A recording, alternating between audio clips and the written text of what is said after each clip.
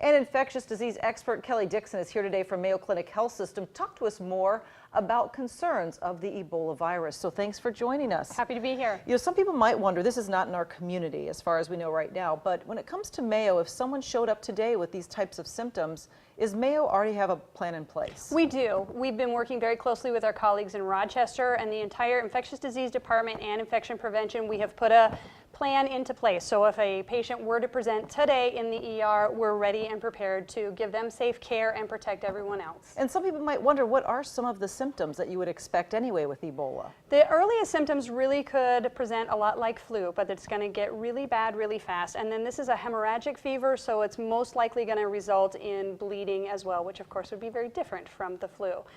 So if somebody had traveled to West Africa in the last 21 days and was exhibiting these extreme symptoms, that would be a great time to talk to their provider. All right, well, we're going to show you some video of some of the research that's going on right now at the University of Texas trying to come up with a possible vaccine for it, but right now there really is no known cure. That's correct. At this time we are treating symptoms, and the CDC is working tirelessly to develop treatment as well as vaccination, but today we don't have that to offer patients. Okay, so right now what they would be doing is just treating the symptoms. Treating the symptoms like NSAIDs for fever and the pain and that kind of thing, yes. Okay, and one of the things too, people might wonder, why is it spreading so much in Africa, but here they're thinking that wouldn't be as much of a concern? One significant difference is how we live differently. They live in much more tighter family groups and they don't separate when they're sick. They also have very different practices for how they deal with the dead, and they literally will lay bare hands on the dead bodies, and that was one of the ways it was spreading, and we of course don't typically honor our dead in that way.